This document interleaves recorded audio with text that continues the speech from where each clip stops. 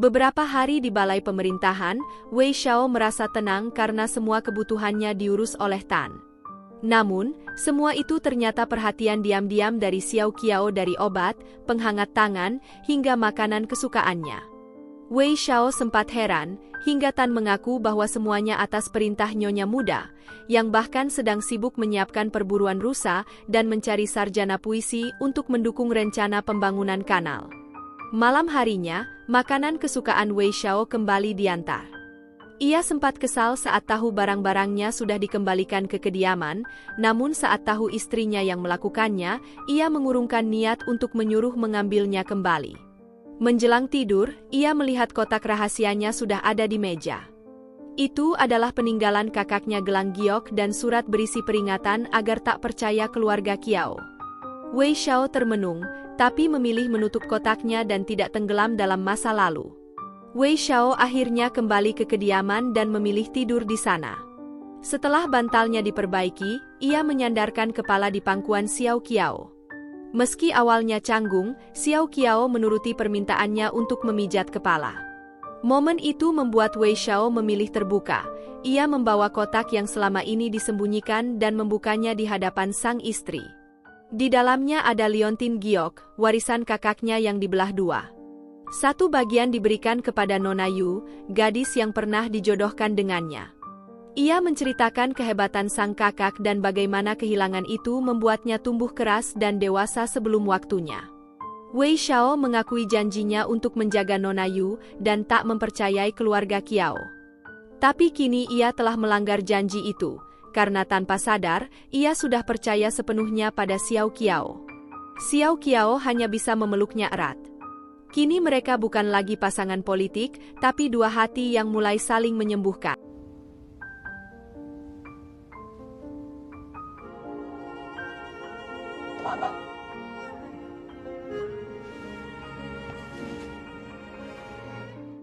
Di Boya, Fan yang sedang hamil besar merasa cemas.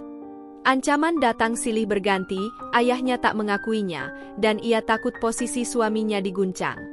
Diam-diam, ia meminta bantuan Xiao Qiao lewat kekuasaan Wei Xiao.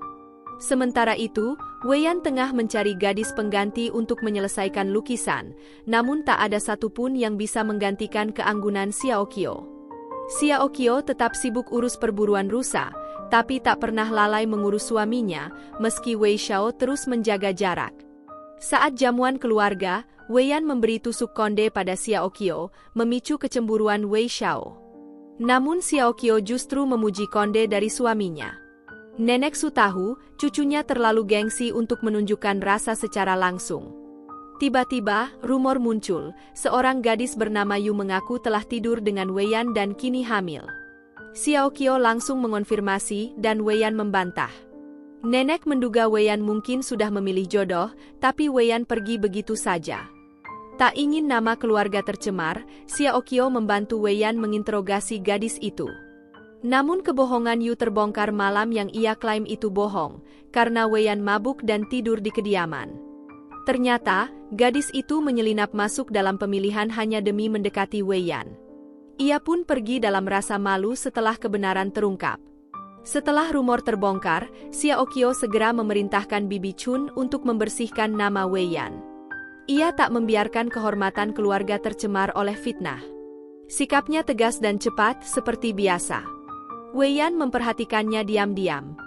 Di mata semua orang, ia hanya pria pemabuk dan penggoda. Tapi hanya Xiao Qiao yang melihatnya tanpa prasangka. Kekaguman itu tumbuh pelan, namun makin dalam.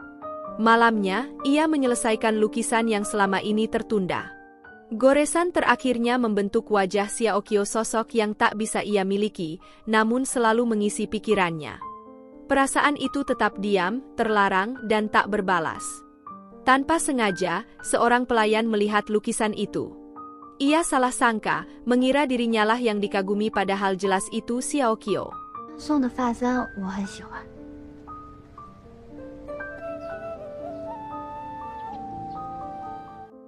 Tuan Zhenshi akhirnya menyelesaikan puisinya saat berjalan di lapangan perburuan. Sebelumnya ia kesulitan, hingga kata-kata itu mengalir penuh kekaguman tersembunyi pada seorang wanita. Penasihat militer memprovokasi Wei Xiao, menyebut Zhenshi masih muda dan gagah, apalagi Xiaoqiao juga berada di sana. Wei Xiao pun menyusul, dan mendapati istrinya berdiri tak jauh dari kerumunan yang mendengarkan puisi Zhenshi.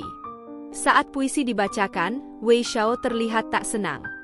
Kata-kata itu terlalu indah, terlalu mendalam dan ia tahu, yang digambarkan adalah istrinya. Ia tak suka istrinya dipuji berlebihan oleh orang lain.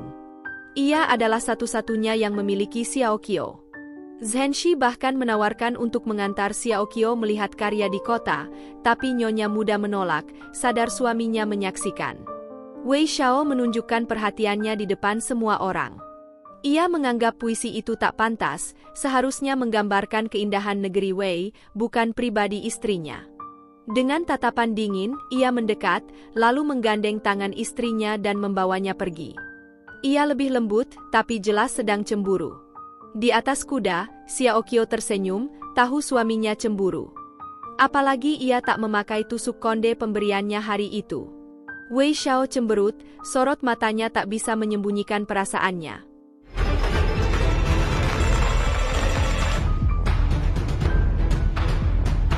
Zhenshi先生，找到机会。摸什么的？魏侯所言极是。哪儿有信？多人倾慕于他，想必他也是见过。 Xiaoqiao menuruti keinginan suaminya. Ia berdandan anggun, menyematkan tusuk konde pemberian Wei Xiao. Saat menghampiri, Wei Xiao tak bisa menyembunyikan senyum terpukau, bahkan tersenyum-senyum sendiri melihat istrinya begitu menurut. Namun, di tengah kesibukan, penasihat militer mengingatkan tradisi tahunan penguburan arak. Wei Xiao tak menjawab, pikirannya melayang, ia jelas tengah larut memikirkan perasaan. Ketika Tuan Gao Zheng datang membacakan syair pujaan untuk Xiaoqiao, Wei Xiao menolak dengan halus. Penasihat militer langsung paham, itu bukan sekadar penolakan, tapi rasa cemburu tuannya. Sementara itu, di tempat lain, Nyonya Menara Yu yang lama bersembunyi akhirnya ditemukan bawahan Chen Pang, Jenderal Sue Tai. Meski pasrah, ia menolak dibawa ke bawah pimpinan Chen Pang. Namun Sue Tai justru berlutut, bersumpah mengabdi pada Nyonya Yu. Ia terikat pada wasiat terakhir Chen Xiang, menjaga Nyonya Menara Yu sampai akhir hayatnya. Sue Tai lalu mengungkap kabar penting, akan ada pertemuan perburuan rusa di negara Wei. Su Enhuang langsung melihat kesempatan. Ia bertekad menghancurkan aliansi keluarga Wei dan Qiao, dan menjadikan Wei Xiao benteng pertahanannya. Kini, setelah menjanda dan kehilangan kekuasaan, satu-satunya cara baginya untuk bangkit adalah melalui rencana ini. Sue Tai pun meneguhkan jalannya, menyerahkan sebuah plat tanda kekuatan, 50.000 pasukan siap digerakkan. Di negara Wei, perayaan tahun baru itu dilakukan dengan prosesi penguburan arak dilaksanakan dengan meriah. Tradisi itu kini menjadi bukti kemajuan pemerintahan, sebab di baliknya ada peran besar Xiaoqiao. Kecerdasan dan kebajikannya perlahan membawa kesejahteraan, membuat rakyat hidup makmur dengan pangan yang melimpah. Arak yang dikubur hari itu menjadi simbol hasil panen berlimpah, sekaligus tanda keberhasilan. Suasana penuh kebahagiaan, dan pasangan tuan muda serta nyonya muda tampil bak pengantin baru, tampan dan cantik, menarik perhatian semua mata. Di tengah kemeriahan, ada kejadian lucu. Jenderal Wei Liang mencoba meniru keromantisan tuannya dengan mendekati Tao. Namun Tao menolak mentah-mentah, membuat semua yang melihatnya menahan tawa dan menggoda dirinya. Usai acara, Wei Xiao menawarkan untuk menggendong Xiaoqiao. Sang nyonya muda tampak malu-malu, namun Wei Xiao menjawab dengan penuh keyakinan bahwa hanya istrinya yang berhak mendapatkan gendongan darinya. Hari itu mereka sangat bahagia. 是，南君做什么都好，而且新铭记先生的。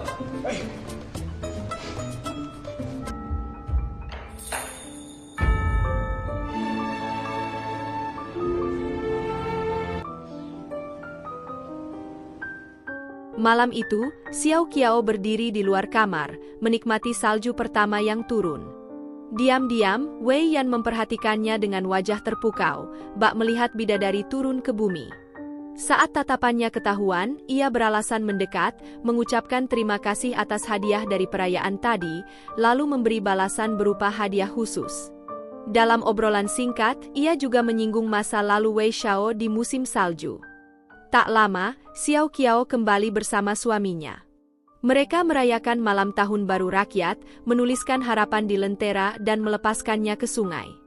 Wei Xiao menuliskan keinginan untuk selamanya bersama istrinya. Penasaran, ia mencoba mengintip harapan Xiao Qiao. Tatapan mereka sempat beradu, membuat sang jenderal besar salah tingkah, buru-buru memalingkan wajah.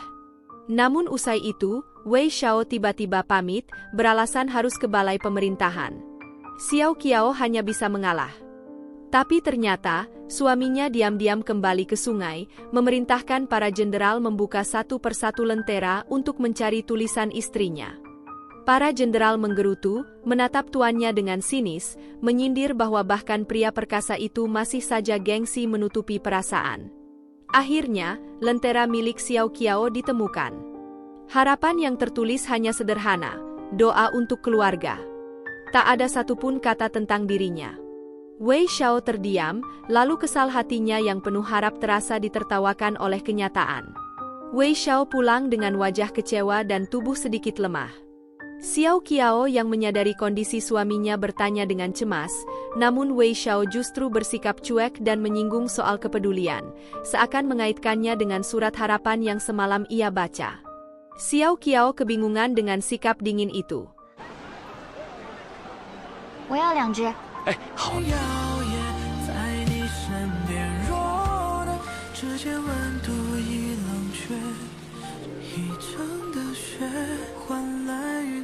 那让我们出来捞灯，让你捞就捞。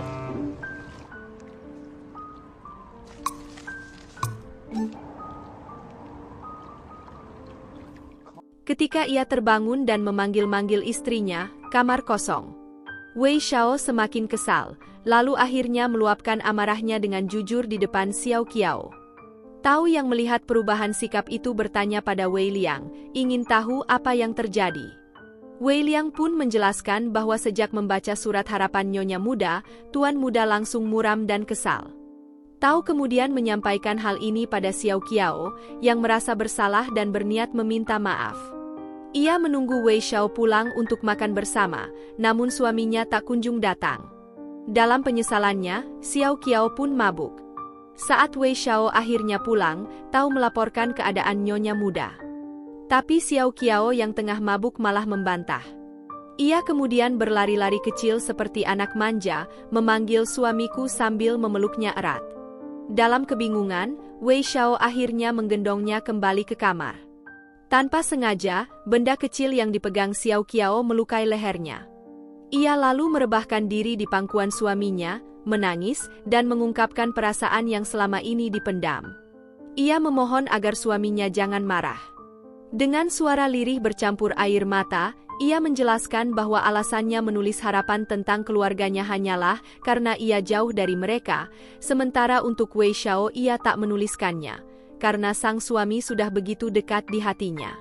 Setelah mengeluarkan semua perasaan itu, Xiao Qiao akhirnya terlelap. 好喝吗？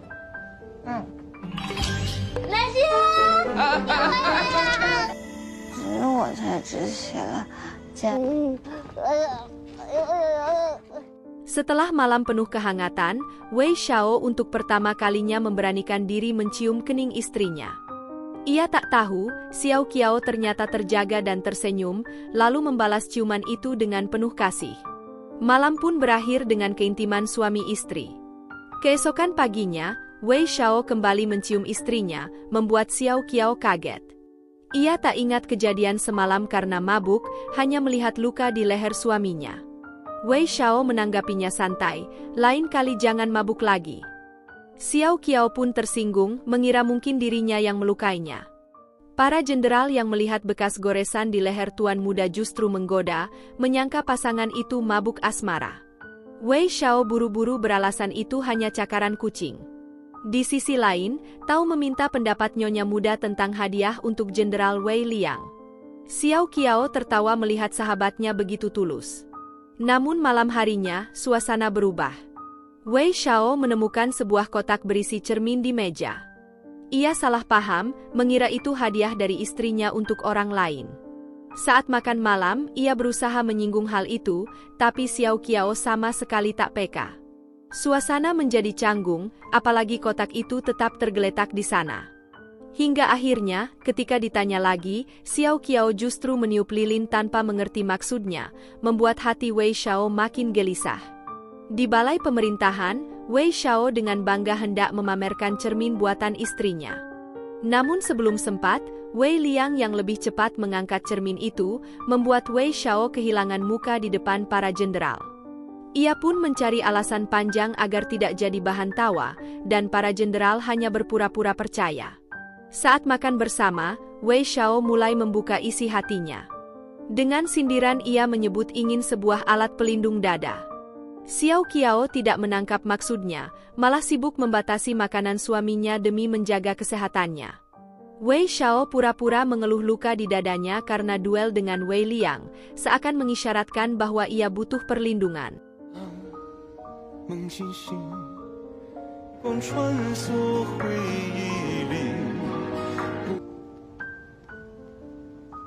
今日啊，我跟那个魏良，我们两个比试武功，这明明两。还会给他。